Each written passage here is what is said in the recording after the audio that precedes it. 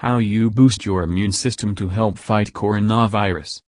While broccoli may not have been subject to the same level of coronavirus panic buying as loo paper or hand sanitizer, it's a bit scarce in supermarkets these days. Watch this full video. In the end, I gave you bonus that how you boost your immune system, and like this video if you new to this channel, subscribe this channel. So what is it about this green cruciferous vegetable that has suddenly piqued everyone's interest?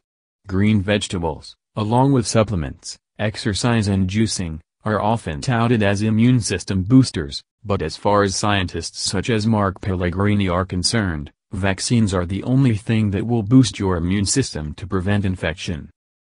Vaccines boost the capacity of the immune system to fight infection, because you're exposing it to a pathogen that it will recognize next time, said Professor Pellegrini, an infectious disease expert at the Walter and Eliza Hall Institute.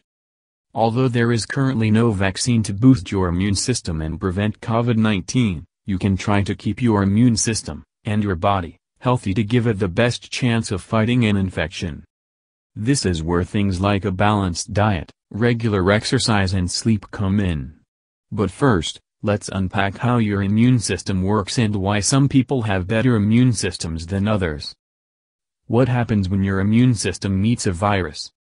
Your immune system is made up of different types of cells and molecules, such as antibodies. The first line of defense is what's known as our innate immune system. Every cell in your body is primed to make interferons, antiviral molecules, when they detect an intruder. These cells will start to make their own inherent antiviral molecules that will try and stop, for example, viruses from replicating, Professor Pellegrini said. This innate response, which kicks in immediately, produces substances called cytokines, which cause fever and inflammation of the tissues as the cells start to die. That's a natural mechanism for them to try and commit suicide if they recognize they've been infected. There are also white blood cells, known as natural killer cells, which detect infected cells and kill them. The second line of defense occurs in a spectrum of other white blood cells such as monocytes, macrophages and neutrophils that survey the environment and try and recognize an infection, and release immune hormones to try and prepare other cells for the likely scenario that they might get infected. The third line of defense is the adaptive system, which takes several days to kick in. These are white blood cells such as T cells that try to kill infected cells, and B cells that produce antibodies that either neutralize the bug or coat them with a substance so they can be recognized by the T cells. The problem with the new SARS-CoV-2 virus is that we have no antibodies or adaptive immune system. If the immune system can't stop the virus replicating, it goes into overdrive and ramps up inflammation, especially in the lungs. This is what causes viral pneumonia. This is where it's critical for our body to be nimble. And the nimble part of the immune system is the innate system. Watch this full video. In the end, I gave you bonus that how you boost your immune system, and like this video if you new to this channel, subscribe this channel. Do some of us have weaker immune systems? The immune systems of the very old and the very young are weaker than most other people. As you age, some of the cells also age and become a little less nimble in their capacity to respond to the infections.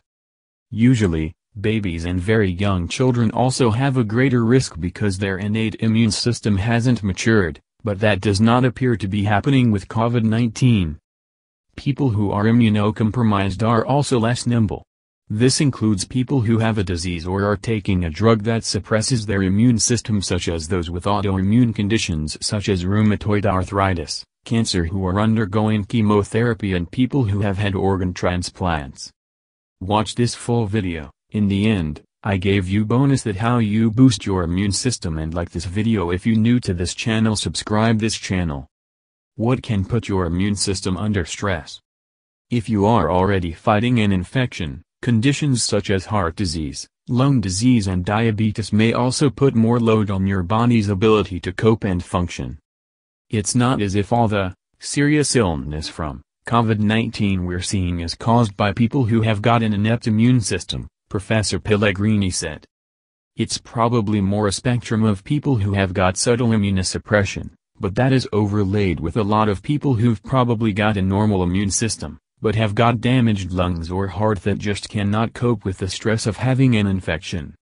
For example, if the heart doesn't have the capacity to deliver oxygen to the body, it has to beat harder, which in turn can cause a heart attack. Or if part of the lung is damaged, there is less able to get oxygen into the blood. So here it's the bonus of how you boost your immune system. Click the link in the description below.